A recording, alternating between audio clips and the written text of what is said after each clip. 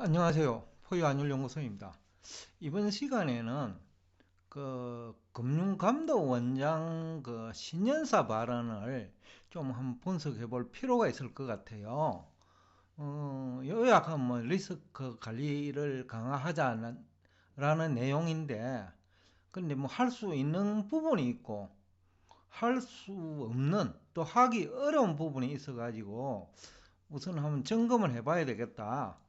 미국 연준 의장 발언은 막 줄을 치가면서 우리 뭐 유튜브에서 그 활동하시는 분들이 얘기를 하잖아요.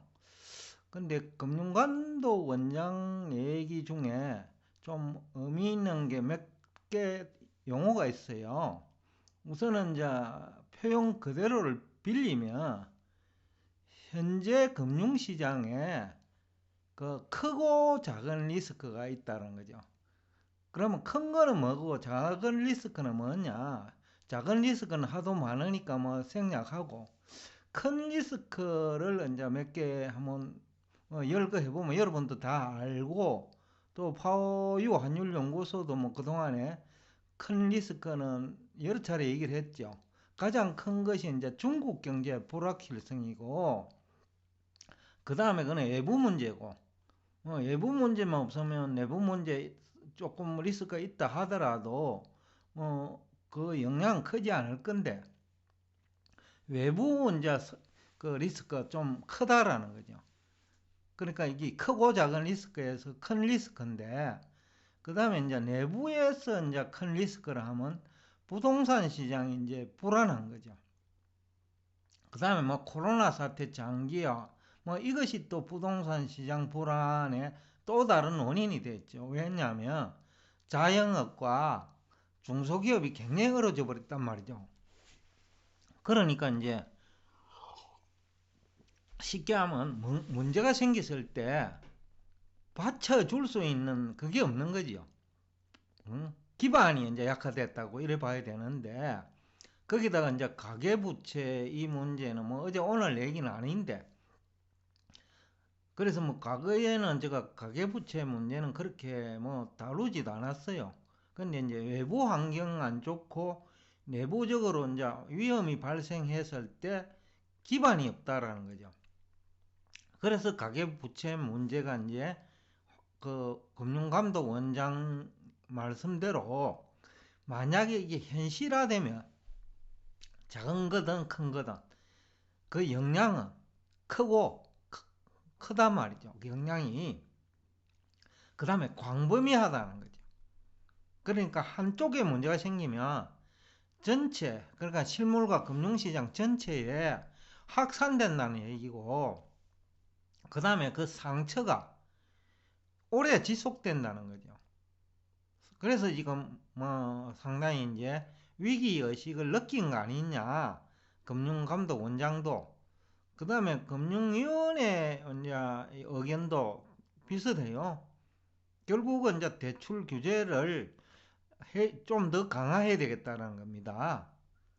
그러니까 지금 환경에서 대출을 더 늘려버리면 그것을 이제 역으로 이용하는 헤지펀드와 같은 그 조직이 우리나라 경제를, 금융시장을 공격할 수 있거든요. 그러니까 이제 대출 규제를 또 강화해야 되겠다라는 것도 같고, 그 다음에 이제 고정금리를 강조하는 것 같아요. 그러니까 향후 시장금리 상승 우려가 있다라는 거죠. 어떻게 될지 모르니까 가급적 고정금리로 바꾸어라 이 얘기죠. 물론 은행이 바꾸어 줄란지는 별개 문제겠죠. 왜냐하면 고객이 고정금리를 해버리면 그거는 누가 따놔야 됩니까? 은행이 따놔야 되거든요. 금리가 올라갔을 때. 왜냐하면 금융회사는 높은 금리로 자금을 조달해야 되니까. 그 다음에 이제 대출 원리가 분할 상환을 하도록 하자 이건데, 결국 금융 시스템 문제 리스크 관리라고 볼 수가 있죠. 이걸 좀 더 강화하겠다는 건데, 상당히 그거는 이제 정부가 할 수 있는 얘기고, 그 다음에 이제 또 금융감독 원장이 지정한 것 중에 외화 유동성을 이제 얘기를 했어요. 과거에는 이 용어는 사용을 안 했거든요. 지난해까지만 해도. 그만큼 이제 외화 유동성, 외국인 투자자들이 빠져나갈 가능성이 있다라는 거죠.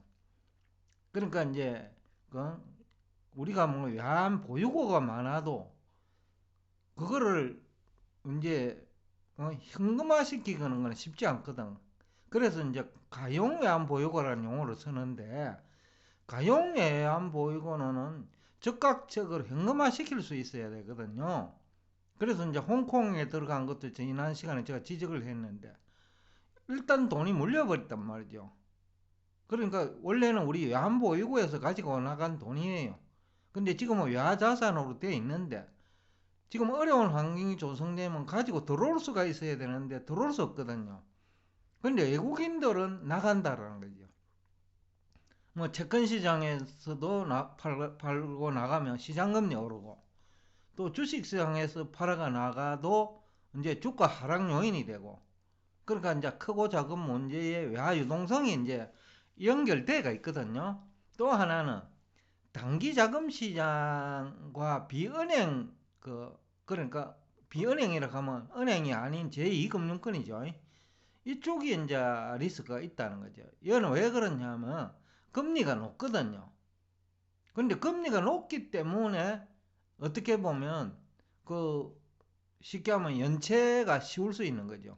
그러니까 재무구조가 악화되고 있고 신용 상태가 약화되는 거죠. 그러니까 비은행의 자금 조달이 어려워지거나 비은행의 자금 조달 금리가 이제 올라갈 수 있죠. 그랬을 경우에 이제 단기 자금 시장에도 영향을 주죠. 그러니까 단기 자금 시장에서도 투자 손실이 발생할 수 있는 환경이 조성될 수 있다는 거죠.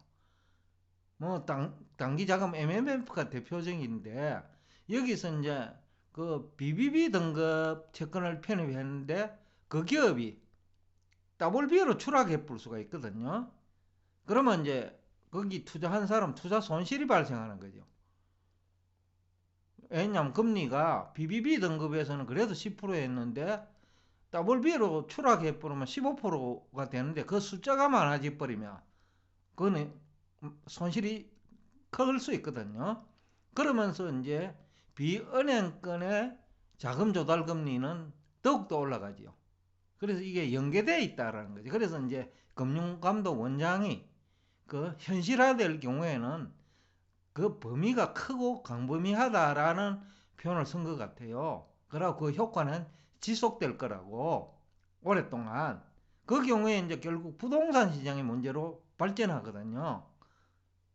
그러니까 이제 이게 간단한 문제는 아닌데, 근데 금융감독원장 입장에서는 그 위험이 노출될 경우 적기에 대처해야 된다라고 하는데, 그거는 금융감독원장이 할 수 있는 게 있고 할 수 없는 게 있죠. 물론 조금의 시간 벌기 정도의 그거는 가능하겠지만은 장기화될 경우에는 시간 벌기로는 안 되거든요. 예를 들어서 뭐 외국인 투자자들이 떠난다고 하면 금융감독원이 할 수 있는 게 뭐가 있냐라는 거죠. 그 다음에 비은행권에 문제가 생겨가지고 시장금리가 또 자금 조달 금리가 올라갔을 때 그 금융감독원이 뭐를 할 거냐라는 거죠. 할 수 있는 수단이 제한되어 있다는 거죠.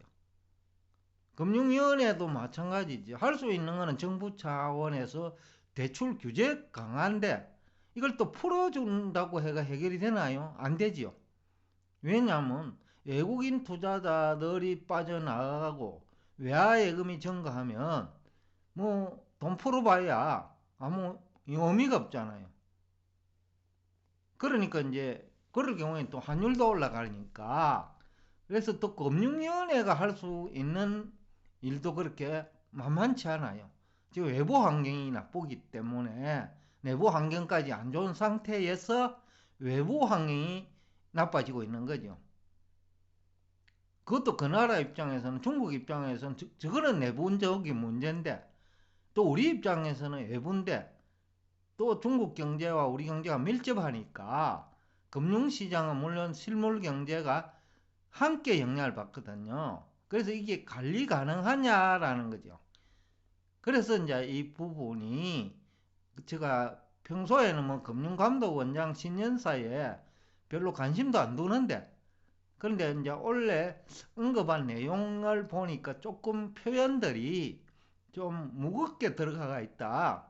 외화 유동성 얘기도 하고 비은행권의 뭐 리스크 얘기도 나오고, 그 다음에 단기 자금 시장에 대한 리스크 얘기도 나오고, 그러니까 상당히 이제 조금 그 과거와 다른 단어들이 많이 들어가 있다. 그래서 오늘 제가 이 주제를 가지고 나왔는데, 문제는 이제 자산시장 불확실성인데, 이게 금융감독원이나 금융위원회에서 할 수 있는 게 없다라는 거죠. 예를 들어서 가상자산 가격이 지금은 뭐 5천 뭐 700만 원대 하는데, 이게 만약에 뭐 3천만 원, 2천만 원으로 가갖고 장기화 될 경우에는, 지난번에 3천 뭐 한 4천만 원대까지 내려갔나요? 그러나 빨리 반등이라도 했단 말이죠. 그런데 지금은 이분들은 가상자산 시장 참여자들은 주로 기술적 분석을 하는데 상봉을 쳤어요. 그러니까 기술적 분석상 제가 볼 때에는 불확실성이 이제 지난해보다 커졌고 주변 환경도 나빠요. 자금 시장이 이제 경색될 수 있는 환경을 금융감독 원장이 직접 언급을 하고 있을 정도고, 금융위원회조차도 대출 규제 강하니까 결국은 그 돈 흐름이 좋지 않다라는 얘기죠. 그러니까 가상자산 시장이 불확실성이 제일 큰데, 우리나라는 가상자산 투자자들이 많단 말이에요. 그런데 이 경우에 또 어떤 문제가 생깁니까? 주식시장에서 가상자산 관련 주식 많고, NFT도 가상자산 관련 상품이거든요.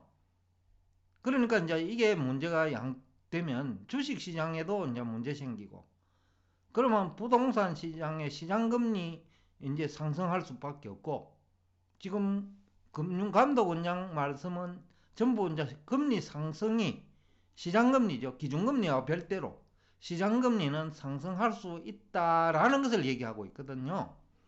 그 얘기는 이제 부동산 시장이, 은행이 뭐 기준금리 인상하는 거 보고 시장 대출금리 올리는 거 아니니까요. 제2금융권도 마찬가지고, 자기들이 조달하는 금리가 올라가면 대출금리 올리거든요. 그러면 또 그 담보물을 더 확보해야 되죠. 부동산 가격 내리면 담보가 더 많이 필요하다는 거죠. 그게 BIS 자기자본 비율 문제거든요. 그래서 제가 이제 오늘 이 주제와 관련해 가지고 과거와 이제 다르다는 거죠. 과거 위기 당시와. 그러니까 정부도 할 만한 수단이 많지 않고 가게도 이제는 안 할 수가 없는 거지요. 그러니까 이제 각자가 대비해야 된다. 결국 오늘 제가 하는 요지는 각자가 위험에 대비해야 되고, 각자가 위험을 잘 이용할 수 있어야 된다는 거죠. 뭐 이런 시기는 또 역전되잖아요. 평소 큰 소리 치는 사람이 약자가 되는 거죠. 그러니까 부동산의 경우 집주인이 큰 소리 치는 시기가 지난 한 5, 6년 지속됐다면, 이제는 집주인이 약자가 되어버렸다는 거죠. 그러니까 이제 게임으로 치면 공격하다가 이제는 방어를 해야 되는 입장이다. 환경이 바뀌어 버렸죠. 그러다 보면 이제 새로운 기회도 이제 말인데요. 투자자 입장에서는, 또 기득권자 입장에서는 새로운 위기죠. 근데 금융감독원장 말씀을 들어보면 이 크고 영향이 크고 광범위하면, 그러니까 기득권자 다 힘든다는 거지. 광범위하다니까. 그 다음에 오래 지속된다는 거죠. 그러니까 여러분들이 또 위험 관리를 잘 해야 된다는 얘기도 되고, 또 여태까지 그 자산시장에 소극적으로 대응해가 기회를 놓친 분들에게는 큰 기회가 오고 있다는 얘기도 되겠죠. 그리고 과거와 달리 오래 지속되니까 결국 가격 하락 폭도 크다는 거죠. 그러니까 섣불리 한 20%, 30% 떨어졌다고 해가지고 부동산 시장에 들어가면 안 된다라는 얘기하고 똑같죠. 오래 지속된다는 얘기 자체가. 그런 얘기들이 이제는 현실화될 우려도 있다. 그래서 제가 이 주제가 무거워가지고 화면이라도 밝게 하자는 뜻에서 오늘 노란색, 밝은색을 가지고 나왔습니다. 여하튼 오늘도 끝까지 경청해 주셔서 대단히 감사합니다.